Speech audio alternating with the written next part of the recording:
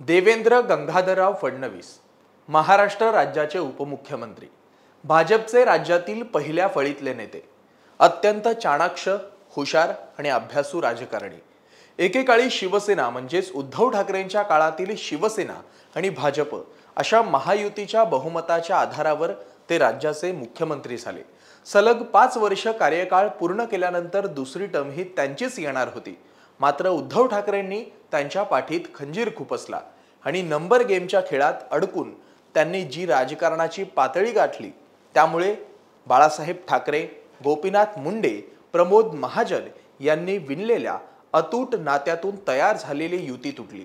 यारो का यार अशी ओळख असलेल्या देवेंद्र फडणवीसांशी गद्दारी करत उद्धव ठाकरेंनी सत्ता स्थापन केलं। पण हा काळ भाजपाची आणि भाजपाच्या नेत्यांच्या परीक्षेचा काळ होता। या काळात पक्ष संघटना आणि नेतृत्व ताऊन सुलाखून निघालं। सोबत 106 आमदार, नेत्यांची मोठी फौज आणि हातातोंडाशी आलेला घास हा सोबत बसलेल्या मित्रांनं हिसकावून घेतला। ही गोष्ट देवेंद्र फडणवीसांना जिव्हारी लागली। एकेकाळी पाठीवर हात ठेवून प्रचाराला उतरणारा मित्र गद्दार निघाला। ही गोष्ट भाजपच काय, भाजप शिवसेना महायुतीला मतदान करणारा मतदारही विसरू शकत नव्हता। एव्हाना जगावर संकट येऊन ठेपलं होतं। पण या काळातही महाराष्ट्र हा ओरबडला जात होता। खिचडी घोटाळा, कधी रेमडेसिवीर घोटाळा अशा कित्येक घोटाळ्यांनी महाराष्ट्र बदनाम होत होता। महाराष्ट्रातील बड्या उद्योगपतींच्या घराबाहेर स्फोटकं ठेवण्यापर्यंत सचिन वाझेंसारख्यांची मजल गेली होती। विकास कामे रखडली होती। आरएम मेट्रो कारशेड, बुलेट ट्रेन, ठिकठिकाणची रस्ते बांधकामं रखडली। ही परिस्थिती कोण बदलेल तर त्याचं उत्तर महाराष्ट्राला मिळालं ते देवेंद्र फडणवीस यांच्या रूपानं। एकनाथ शिंदे 40 आमदारांना घेऊन सुरत मार्गे गुवाहाटीला गेले आणि उद्धव ठाकरेंची 3 टेकूंवर उभे केलेली मुख्यमंत्री पदाची खुर्ची मोडून पडली। एकनाथ शिंदे मुख्यमंत्री बनले आणि इथवर सगळं ठीक होतं। पण शिंदेंनी संपूर्ण पक्षावरच दावा केला, आम्हीच खरी शिवसेना आहोत, बाळासाहेबांचा विचार घेऊन जाणारे आम्ही शिवसैनिक आहोत, असं म्हणत एकनाथ शिंदेंनीच शिवसेनेची कमान घेतली। पक्ष संघटना ठाकरेंच्या हातून गेल्यानंतर ठाकरेंनी आपल्या सोबत असलेल्या नेत्यांना गद्दार म्हणायला सुरुवात केली।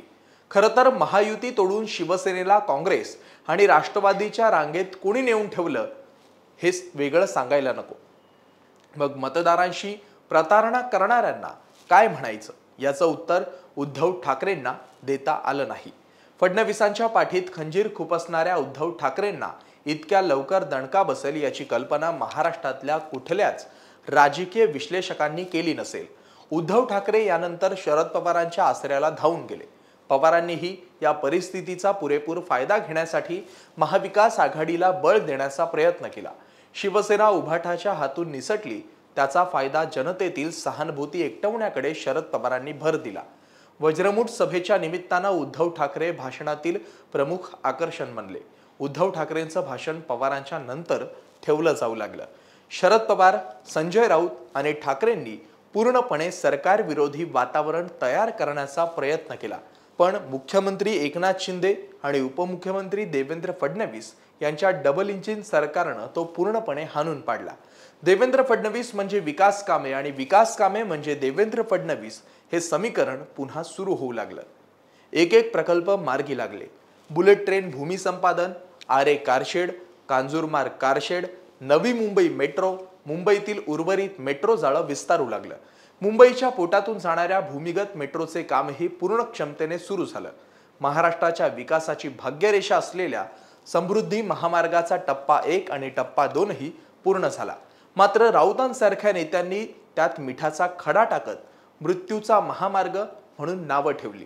आपल्याकडे एक म्हण आहे, शुभ बोलणाऱ्या नाहीतर मांडवाला आग लागली। राऊतांचंही काही तेच आहे।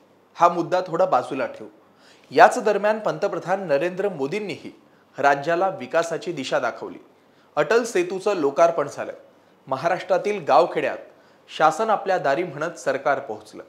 महाराष्ट्राच्या पटलावर अप्रगत म्हणून संबोधले गेलेले गडचिरोली, गोंदिया आणि चंद्रपूर सारखे जिल्हे समृद्धी महामार्गाने मुख्य प्रवाहात आणायचा प्रयत्न झाला।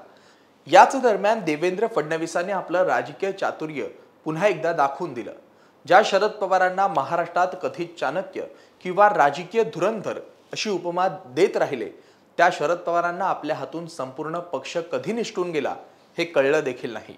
अजित पवारांचं होत असलेलं खच्चीकरण देवेंद्र फडणवीस जाणून होते।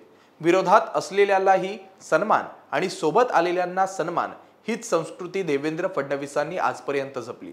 पाठीत खंजीर खुपसणाऱ्यांचं काय याचं उत्तरही त्यांनी देऊन टाकलं होतं।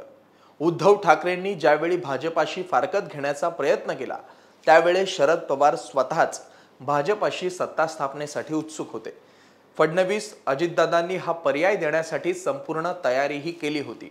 मात्र ऐनवेळी शरद पवारांनी माघार घेतली आणि अजितदादांना महाराष्ट्रासमोर विलन करण्यात आलं। अजित पवार हा अपमानही विसरले नव्हते। राजकारणात गोष्टी कोणी विसरत नाही, त्या नोंद करून ठेवल्या जातात।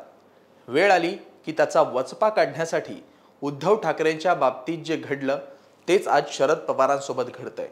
हे धक्के पचवतात तोपर्यंत भाजपाने आणखीन एक डाव अशोक चव्हाणांच्या रूपाने टाकला आणि सुपात असलेली काँग्रेसही आता जात्यात येऊन बसलेत। अशोक चव्हाण हे काही काँग्रेसवर थेट टीका करतील, आक्रमक होतील असं सध्याचं चित्र नाही। मात्र ज्या प्रकारे त्यांनी आमदार सोबत ठेवले, माणसं जपली, मितभाषी आणि आपल्या स्वभावानं माणसं जोडली, आज तीच त्यांच्या सोबत कायम राहणार आहेत। काँग्रेसच्या दिल्लीश्वरानं बसवलेले नाना पटोलेंसारखं नेतृत्व आजही बऱ्याच काँग्रेसी नेत्यांना मान्य नाही। ही खदखद दर 2 ते 4 दिवसांनी माध्यमांसमोर येतेच। आता याच आठवड्यातील गोष्ट घ्यायची झाल्यास अशोक चव्हाण हे भाजपामध्ये गेल्यानंतर नाना पटोलेंनी सारवासारव करण्याचा पुरेपूर प्रयत्न केला। विधिमंडळाच्या आमदारांची बैठक बोलवत पक्ष संघटनेत आमदार, खासदार, नेते एकजूट राहतील यासाठी प्रयत्न केले। मात्र या बैठकीलाही 7 आमदारांनी दांडी मारली। व्हीप समान आदेश काढून नेते अनुपस्थित राहत असतील तर काँग्रेससाठी हा चिंतेचा विषय आहे। महाराष्ट्राचं राजकारण एका वेगळ्या उंबरठ्यावर येऊन थांबलं आहे। सत्ता असो किंवा नसो, शरद पवार स्वतःला महाराष्ट्राच्या राजकारणातील केंद्रबिंदू मानत, पण ते आता भाजपच्या रूपानं देवेंद्र फडणवीस हे केंद्रबिंदू बनलेत। महाराष्ट्राचं राजकारण हे 360 अंशाच्या कोनात त्यांच्या भोवती फिरतंय। त्यांच्या आगे आगे देखो होता है क्या या त्यांच्या वाक्यानं तीनही विरोधी पक्ष गटांना घाम फोडलाय। पवार ठाकरेंनंतर आता काँग्रेसमध्ये भूकंप होतोय का या चिंतेनं अनेकांची झोप उडाली आहे। तुम्हाला काय वाटतं? भविष्यात काय होईल? कमेंट बॉक्समध्ये नक्की कळवा। व्हिडिओ आवडल्यास शेअर करायला विसरू नका। माहेम टीव्हीच्या YouTube चॅनलला सबस्क्राईब करा आणि फेसबुक पेजला लाईक करा। धन्यवाद।